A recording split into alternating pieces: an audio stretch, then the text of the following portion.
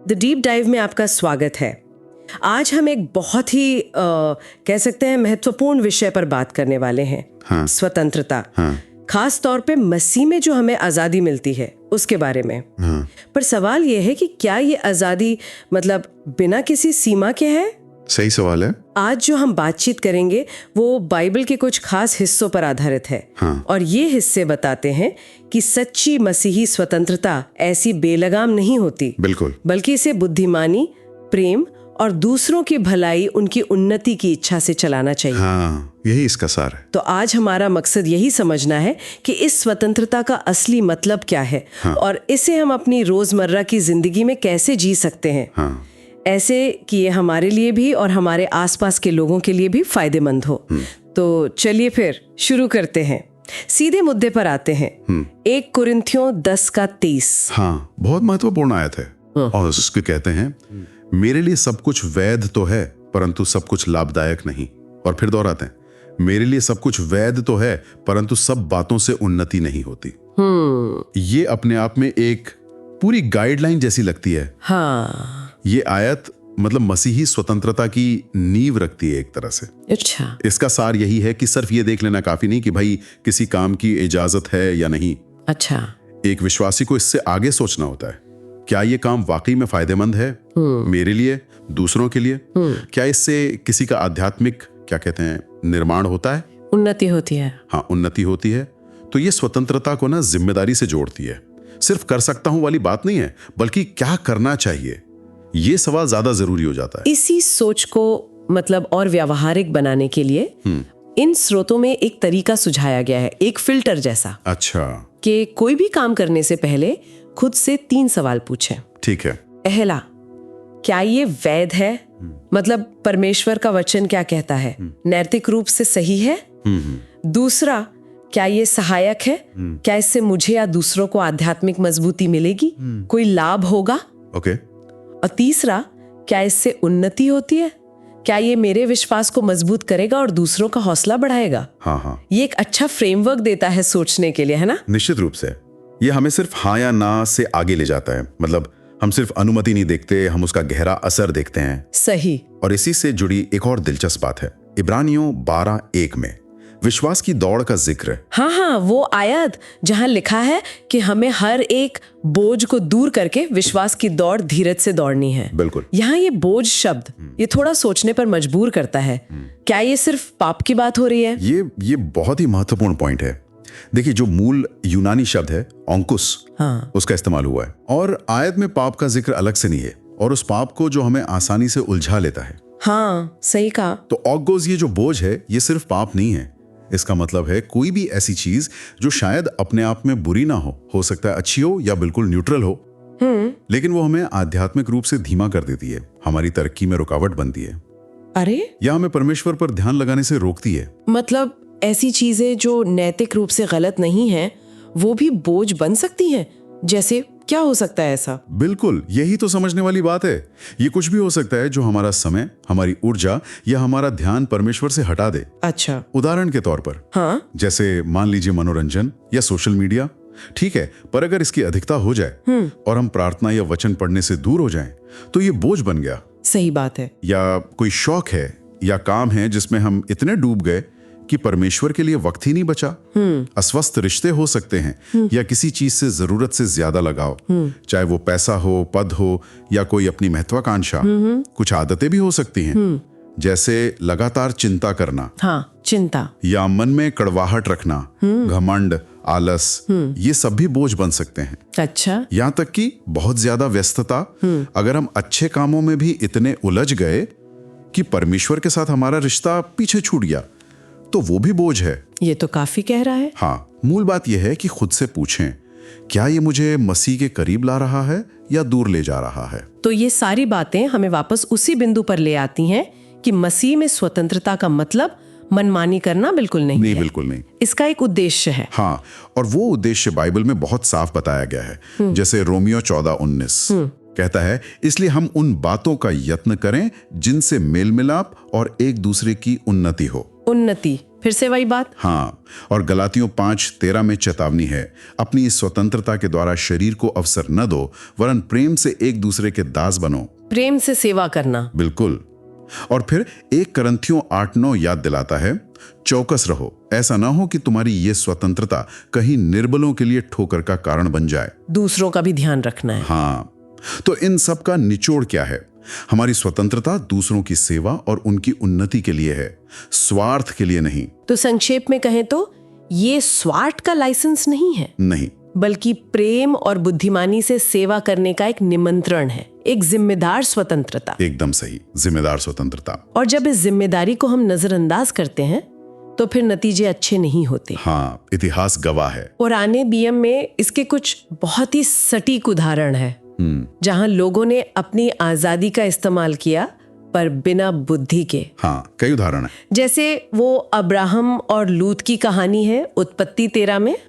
जब उनके चरवाहों में झगड़ा हुआ तो अब्राहम ने कितनी शांति से कहा कि भाई तुम पहले चुन लो तुम्हें किस तरफ जाना है। हाँ, बड़ा दिल दिखाया अब्राहम ने। और लूत ने उसने अपनी आंखें उठाई और यर्दन की सारी तराई को देखा, हरी भरी पानी वाली जमीन, उसने वही चुन ली। देखने में तो ये बड़ा समझदारी का फैसला लगता है ना, सबसे अच्छी जमीन चुन ली। हाँ बिल्कुल। लेकिन बाइबल बताती है कि उसने सिर्फ अपनी आंखों पर भरोसा किया, जो दिख रहा था उस पर, इस बात पर नहीं कि परमेश्वर उसे कहां ले जाना चाहते हैं। अच्छा। और उसका ये चुनाव जो सिर्फ बाहरी आकर्षण पर आधारित था, वो उसे धीरे धीरे सदोम जैसे शहर के करीब ले गया। हाँ, जो नैतिक रूप से बहुत भ्रष्ट था। बिल्कुल।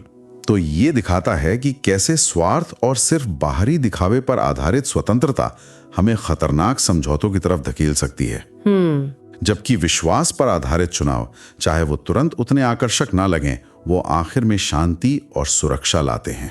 ये सोचने वाली बात है, हम अपने जीवन में फैसले कैसे लेते हैं? क्या हम सिर्फ वो चुनते हैं जो ऊपर से अच्छा दिखता है, या हम परमेश्वर के मार्गदर्शन पर भरोसा करते हैं? ये एक बड़ा सवाल है। और स्वतंत्रता का गलत इस्तेमाल सिर्फ स्वार्थी चुनाव तक ही सीमित नहीं रहता। नहीं, कभी कभी नेक इरादे से भी पर गलत तरीके से या गलत समय पर काम करना, वो भी हमें परमेश्वर की योजना से दूर कर सकता है। हाँ बिल्कुल। जैसे मूसा की शुरुआती जिंदगी में हुआ था, निर्गमन 2 में। हाँ, वो घटना जब उसने मिस्री को मारा। हाँ, उसने देखा कि एक मिस्री उसके इब्री भाई को मार रहा है और उसने गुस्से में आकर उस मिस्री को मार डाला। उसका इरादा शायद नेक था, अपने लोगों की मदद करना, अन्याय से बचाना। हाँ, उसके दिल में लोगों को आजाद देखने की इच्छा तो थी ही, लेकिन उसने स्थिति को अपने हाथ में ले लिया। परमेश्वर के समय का, उनके तरीके का इंतजार नहीं किया, अपनी ताकत और आवेग पर भरोसा किया। बिल्कुल। और नतीजा क्या हुआ? उसे भागना पड़ा 40 साल तक। तो ये दिखाता है कि अगर कोई काम परमेश्वर की इच्छा और उनके बताए तरीके से न हो तो नेक इरादा भी उसे सही नहीं ठहरा सकता, खासकर जब वो गुस्से या जल्दबाजी में किया गया हो। हाँ, ये हमें खुद से पूछने का मौका देता है, क्या मैं कभी परमेश्वर के लिए कुछ करने के जोश में उनके सिद्धांतों या उनके समय की अनदेखी कर देता हूँ? ये वाकई सोचने वाली बात है कि नेक इरादे भी गलत कामों का कारण बन सकते हैं, खासकर जब परमेश्वर की स्पष्ट आज्ञाओं को नजरअंदाज किया जाए। हाँ। उज्जा की कहानी 2 शमूएल 6 में वो इसका एक और उदाहरण है, और थोड़ा चौंकाने वाला भी। हाँ, ये कहानी अक्सर सवाल खड़े करती है। बहुतों को समझ नहीं आता कि ऐसा क्यों हुआ। हाँ, क्योंकि जब परमेश्वर के संदूक को बैलगाड़ी पर ले जा रहे थे और बैल लड़खड़ाए तो उज्जा ने तो अच्छे इरादे से ही हाथ बढ़ाया था। हाँ बिल्कुल, उसका इरादा संदूक को गिरने से बचाने का था। वो परमेश्वर के पवित्र संदूक का अनादर नहीं करना चाहता था। पर परमेश्वर की आज्ञा बहुत साफ थी। गिनती 4:15 में लिखा है कि संदूक को केवल लेवी याजक ही उठा सकते हैं, वो भी खास डंडों से। उसे छूना मना था। अच्छा, छूना मना था। हाँ, तो उज्जा का इरादा नेक था, पर उसका काम परमेश्वर की सीधी आज्ञा का उल्लंघन था, और उसका नतीजा दुखद हुआ। हाँ, यह हमें सिखाता है कि ईमानदारी या अच्छा इरादा सच्चाई का विकल्प नहीं है। सच्चाई परमेश्वर के वचन में है, हमारे इरादों में नहीं। हमारी स्वतंत्रता परमेश्वर के दिए गए निर्देशों के दायरे में ही काम करती है। बिल्कुल सही। और फिर शिमशोन का उदाहरण आता है न्यायों 16 में। उसे तो परमेश्वर से असाधारण शक्ति मिली थी, स्वतंत्रता मिली थी। हाँ, शिमशोन की कहानी तो इस बात का एक जबरदस्त उदाहरण है कि जब परमेश्वर से मिली आजादी और वरदानों का इस्तेमाल बिना आत्म संयम के किया जाए, सिर्फ अपनी इच्छाओं और अपने सुख के लिए, तो क्या होता है? उसे नाजिर होने की वाचा के तहत कुछ नियम मानने थे ना। हाँ, पर उसने बार बार उन सीमाओं को तोड़ा। उसने अपनी शक्ति को गंभीरता से नहीं लिया, अपनी शारीरिक इच्छाओं का गुलाम बन गया। और नतीजा बिना संयम की स्वतंत्रता उसे बंधन में ले गई। उसने अपनी वाचा तोड़ी, अपनी शक्ति खो दी, अपनी आंखें गंवा दी। हाँ। और सबसे दुखद, परमेश्वर की उपस्थिति का एहसास भी खो दिया। लिखा है वो नहीं जानता था कि यहोवा उसके पास से चला गया है। ओह। यह हमें चुनौती देता है। हम परमेश्वर से मिले उपहारों का, हमारा समय, हमारी प्रतिभा, हमारे संसाधन, हमारी स्वतंत्रता, इनका उपयोग कैसे कर रहे हैं? क्या ये उनकी महिमा और दूसरों की भलाई के लिए है, या सिर्फ हमारी अपनी संतुष्टि के लिए? और आखिर में सुलेमान का अनुभव सभोपदेशक 2 में, उसके पास तो शायद इतिहास में किसी भी इंसान से ज्यादा स्वतंत्रता थी। बुद्धि, धन, अवसर, सब कुछ। हाँ, सब कुछ था उसके पास। उसने खुद लिखा, जो कुछ मेरी आंखों ने चाहा वो मैंने उनसे न रोका, मैंने अपना मन किसी प्रकार के आनंद से न रोका। उसने जीवन के हर सुख, हर अनुभव को आजमा कर देखा। और इतने सब के बाद उसका निष्कर्ष क्या निकला? उसका निष्कर्ष ये सब व्यर्थ और वायु को पकड़ना है। व्यर्थ। हाँ, उसने पाया कि परमेश्वर की आज्ञाओं का पालन करने और उनके प्रति श्रद्धा रखने के बिना दुनिया की सारी स्वतंत्रता, सारा ज्ञान, सारा ऐश्वर्य सब आखिर में खोखला है, असंतोषजनक है। सिर्फ बुद्धिमान होना भी काफी नहीं है। नहीं, अगर वो परमेश्वर के मार्गदर्शन में ना हो। जैसा रोमियो 8:14 याद दिलाता है, जितने लोग परमेश्वर के आत्मा के चलाए चलते हैं वही परमेश्वर के पुत्र हैं। सुलेमान का जीवन दिखाता है कि परमेश्वर से अलग होकर अपनी स्वतंत्रता का उपयोग करना, चाहे कितने भी अच्छे इरादे या बुद्धि से क्यों न किया जाए, वो अंत में खालीपन की ओर ही ले जाता है। ये हमें सोचने पर मजबूर करता है कि मैं जिन चीजों के पीछे भाग रही हूँ, क्या वो वाकई मेरी आत्मा को संतुष्ट कर रही हैं, उसे बना रही हैं, या सिर्फ मेरे जीवन में जगह घेर रही हैं। तो इन सभी उदाहरणों को देखने के बाद लूत, मूसा, उज्जा, शिमशोन, सुलेमान, ये बिल्कुल साफ हो जाता है कि स्वतंत्रता को बुद्धिमानी और परमेश्वर के प्रति समर्पण के साथ इस्तेमाल करने की जरूरत है। बिल्कुल। और ये हमें वापस पौलुस के उन 3 सवालों पर ले आता है।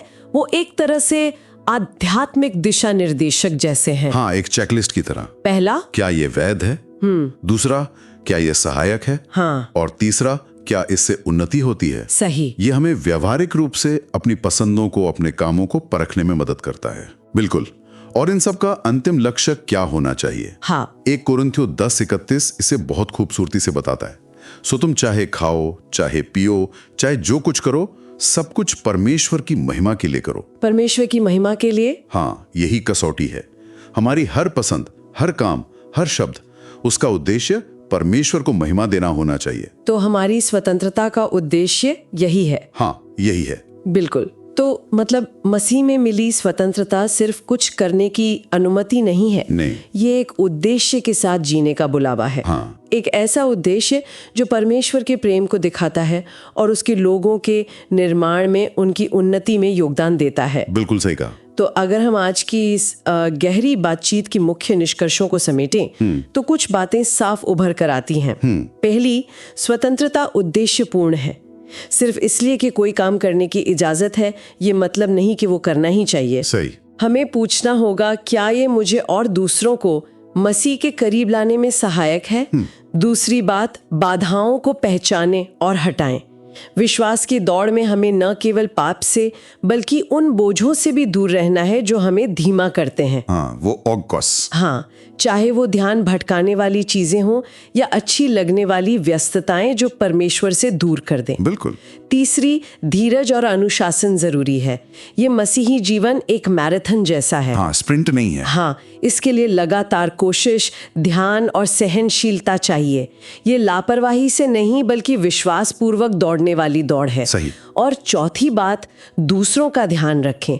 हमारी जिंदगी और हमारे चुनाव अकेले नहीं होते, वे दूसरों पर असर डालते हैं, बहुत ज्यादा असर डालते हैं। तो हमें ऐसे जीना है कि हमारे आसपास के लोगों को विश्वास में प्रोत्साहन मिले, उनका हौसला बढ़े और वे मसीह में मजबूत हों। बहुत अच्छे से आपने इसे संक्षेप में बताया। संक्षेप में ये सब हमें यही सिखाता है, स्वतंत्रता का उपयोग करो, हाँ, लेकिन बुद्धिमानी और प्रेम के साथ। विश्वास की दौड़ दौड़ो, लेकिन ध्यान और उद्देश्य के साथ, लापरवाही से नहीं। सही। और अपना ध्यान उन बातों पर लगाओ जो वाकई में तुम्हें और दूसरों को मसीह में मजबूत करती हैं। देखिए, एक परिपक्व विश्वासी का सवाल यह नहीं होता क्या मैं ये कर सकता हूं, अच्छा, बल्कि ये होता है क्या इससे परमेश्वर की महिमा होगी और दूसरों का भला होगा। वाह, ये बहुत अच्छी बात कही आपने। आज की चर्चा को समाप्त करने से पहले एक अंतिम विचार, मीका 6.8 से। हाँ, बहुत सुंदर आयत है। वो हमें अपनी स्वतंत्रता के उद्देश्य पर और गहराई से सोचने के लिए कहती है।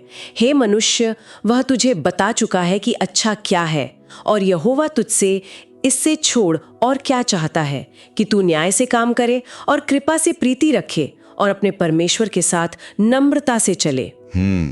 ये आयत हमें अपनी स्वतंत्रता के फल को जांचने के लिए कहती है। फल को जांचना?